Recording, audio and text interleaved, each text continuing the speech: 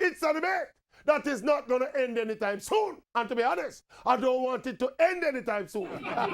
Reconciling the unique talent and skills of Lionel Andres Messi with his repeated flops in big international games for Argentina. We all agree that Messi has no equal when it comes to individual skills and brilliance. And it makes no sense to regurgitate the numbers and the stats to prove that Messi is superior to every player of this era. We all agree on that.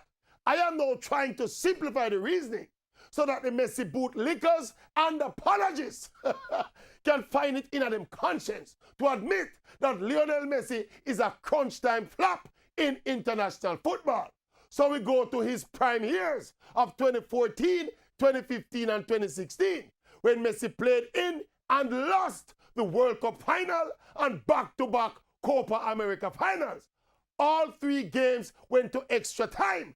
World Cup final in 2014, 1-0 in extra time to Germany, and back-to-back Copa finals to Chile, both times on penalties.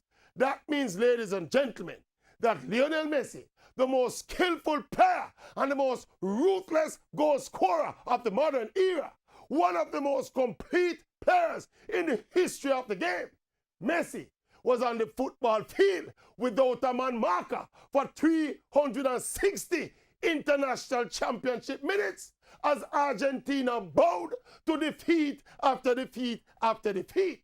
And Messi could not produce a single moment of his magical brilliance and could not score a single goal. Explain that to me.